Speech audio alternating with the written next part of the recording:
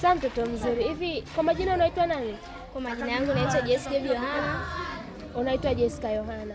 Hivi kuanzia siku ya kwanza ya teki, unaweza ukaniambia umejifunza nini? Tumejifunza upendo wa Yesu kwa watoto. Asante. Hivi tunapozungumzia upendo wa Yesu kwa watoto tunamaanisha nini? Mimi kama mtoto ninaelewa kwamba upendo wa Yesu kwa watoto ni kwamba Yesu anatupenda sisi watoto, ndio maana anasema waacheni watoto wadogo waje kwangu maana ufalme wa mbingu ni wao. Asante. Hivi unafikiri kuna umuhimu gani wa wewe Yesu kukupenda kama mtoto pale ambapo alisema waacheni watoto wadogo waje kwangu maana ufalme wa mbingu ni wao? Unahisi kuna umuhimu gani wa wewe Yesu kukupenda na kukuchagua kama mtoto? Mimi Yesu akinipenda, kwanza nitapata amani ya moyo. Pili, nitakuwa na maisha yenye furaha. Tatu, nitapata wokovu wa milele na utakaso. Asante. Unaweza ukanishirikisha somo la pili mlilosoma? Somo la pili tulilosoma ni matumizi mazuri ya simu na mtandao. Okay. Kwa hiyo umejifunza kuhusu matumizi mazuri ya simu na mtandao? Asante. Hivi unaweza ukaniambia nini maana ya mtandao? Mtandao ni kama vile watu wanautumia kwa ajili ya kutafuta, yani kwa ajili ya kufanyia utafiti, kutafuta vitu ambavyo hawana. Kwa mfano, anaweza akasachi kitu labda kwa ajili ya kuangalia mafundisho ya dini au kuangalia maombi. Asante. Hivi wewe kama mtoto, unahisi ni sahihi wewe kama mtoto kutumia simu kwa wakati huu? Hapana. Sio sahihi. Ndio. Je, unahisi kuna umuhimu gani wa simu na mtandao? Simu na mtandao vinatusaidia kuangalia vipindi vya elimu. Kwa mfano, kwenye vipindi vya dini vinatusaidia kusearch vipindi vya dini, kuangalia jinsi watumishi na neno la Mungu linavyotangazwa kwenye mtandao. Kingine pia inatusaidia kwa ajili ya kujifunzia, kuangalia masomo, kufanyia utafiti wa masomo na kujifunza kupitia mtandao. Asante. Tumezungumzia tu faida. Hivi unahisi kuna hasara yoyote ya kutumia simu na mtandao kama mtoto? Ndio, kuna hasara ambazo zinaweza zikasababisha kwa kutumia simu na mtandao. Kwa mfano, unaweza kutokea mmomonyoko wa maadili kwenye jamii ambayo wanatumia simu, au kwa mtoto mwenyewe ambaye anatumia simu, kwa sababu kwenye mtandao kuna picha na video nyingi ambazo zinarushwa. Kwa hiyo mtoto anaweza akaziangalia zile na zikamharibu kisaikolojia na yeye kuanza kuiga ule utamaduni unaoonyeshwa kwenye mtandao. Asante, umejibu vizuri. Hivi kwenye matumizi ya simu kama mtoto, unahisi wakati unatumia simu ni vitu gani unapaswa kutokuangalia kama mtoto, au ni vitu gani unahisi hautakiwi kuvifanya wakati unatumia simu kama mtoto? Kwanza, wakati unatumia simu, mimi kama mtoto sitaki kuangalia message au ujumbe. Kwa mfano, ikiwa labda ni simu ya mzazi wangu amenipa, sitakiwi kuangalia message au ujumbe unaoingia kwenye simu ya mzazi wangu. Pili, sitakiwi kuangalia picha chafu na picha za utupu. Pili, sitakiwi kuangalia video na kutumia simu kwa muda mwingi kuliko kusoma na kusoma Biblia kwa ajili ya neno la Mungu. Asante. Nadhani umenijibu vyema. Unaweza ukanishirikisha somo la tatu mlilosoma kama watoto? Tumesoma tabia njema. Tabia njema. Unaweza ukaniambia nini maana ya tabia njema, au tunapozungumzia tabia njema tunamaanisha nini? Tabia njema yani ni kuwa na heshima na nidhamu. Okay. Hivi kuna umuhimu gani wa wewe kama mtoto kuwa na tabia njema katika jamii inayokuzunguka au shuleni au nyumbani? Unahisi hizo tabia njema ni zipi? Unaweza ukanitajia? Tabia njema kwanza kama kuwasaidia wenzio, watoto wanaokuwa na shida. Kwa mfano, mashuleni unakuta unakaa na mtoto mwenzio hana peni, labda wewe una zaidi ya peni moja, anaweza akakuomba na ukamgea. Hiyo ni mojawapo ya tabia nzuri. Pia unaweza labda kuna mwenzio ana shida, anahitaji umsaidie swali tunapokuwa mashuleni, unaweza ukamsaidia kama unaliweza, au mkashirikiana, mkasoma kwa kushirikiana na mkaweza kulitatua hilo jambo ambalo lilikuwa linawashinda. Asante. Hapo umeniambia kwa habari ya tabia njema. Unafahamu kuhusu habari ya tabia mbaya?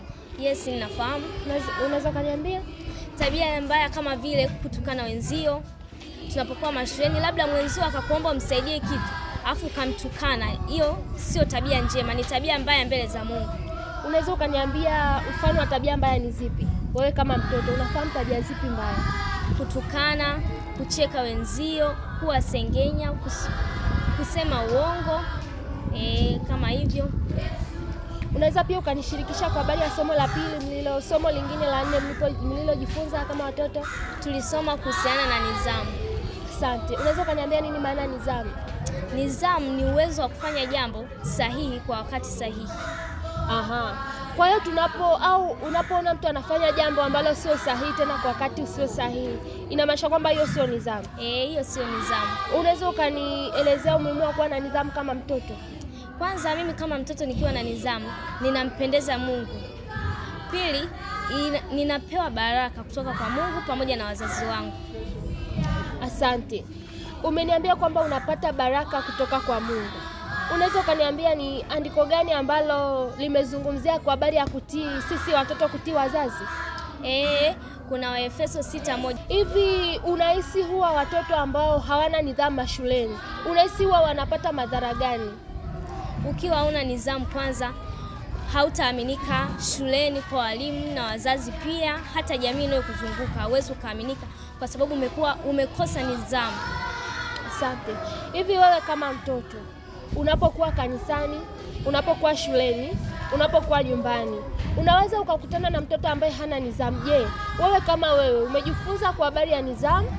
Je, yule ambaye hana nidhamu unaweza kumwelekeza? Je, ukikutana naye utamshauri nini au utamfundishaje? Na je, unaweza kumweleza nini maana ya nidhamu na umuhimu wa nidhamu?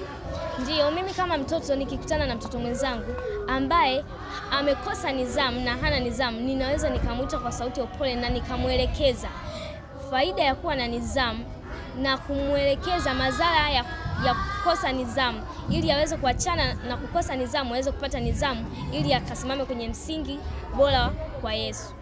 Unaweza ukaniambia ni nidhamu ambazo sio nzuri ni zipi? Nidhamu ambazo sio nzuri, kwa mfano kama sisi hapa wanafunzi, unaweza ukamwona labda mwalimu anatoka sehemu akawa amebeba labda Biblia au akawa amebeba mkoba ambao na wewe mtoto unaweza ukaubeba, alafu ukamwacha akapita. Hiyo sio nidhamu. Pia unaweza ukamwona mwalimu anapita mbele yako alafu ukakaa kumwangalia bila kumsalimia. Hiyo sio nidhamu. Aha. Kwa hiyo umesema pia kwamba nidhamu mbaya, kwa mfano umekutana na mwalimu alafu wewe kama wewe ukashindwa kumpokea, hiyo ndio nidhamu mbaya. Si ndio? Ndio. Na je, tunapozungumzia nidhamu nzuri, au unaweza ukanitajia mifano ya nidhamu njema ni ipi, au nidhamu nzuri wewe kama mtoto? Kwa mfano kama sisi watoto tunaokaa na wazazi wetu nyumbani, kwa mfano tukiamka pale asubuhi, unapokutana na mzazi wako au kabla ya kwenda shule, unatakiwa kwanza ukawasalimia wazazi wako ili uweze kuaga na kugea baraka uweze kwenda shule. Asante. Wewe pia kama mtoto umejifunza kwa habari ya nidhamu. Kule mitaani mbali na shuleni utakutana na watoto ambao hawana nidhamu.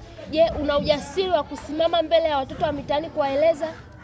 Mimi kama mtoto niliyojifunza kuhusiana na mambo ya nidhamu na nikaelewa, ninao ujasiri wa kuelekeza wale vijana wa mtaani na watoto wa mtaani ambao wamekosa maadili na nidhamu njema.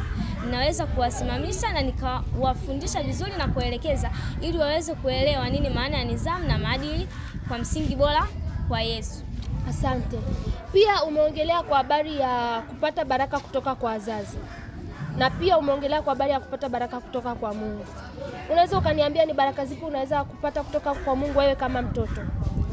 Kwa mfano tukiwa na maadili kama sisi watoto, Mungu kwa sababu jicho lake linatuona sisi watoto hapa duniani, anaweza akasema huyu mtoto ni mtoto mwenye nidhamu. Kwa mfano kama mimi nikiwa na nidhamu, Mungu anaweza akanisaidia nikaweza kufikisha ndoto zangu ambazo nina haja nazo, ambazo ninataka kuzifikisha. Pia akanisaidia niweze kufanikiwa na kutimiza ndoto zangu ambazo nilikuwa ninazihitaji. Asante.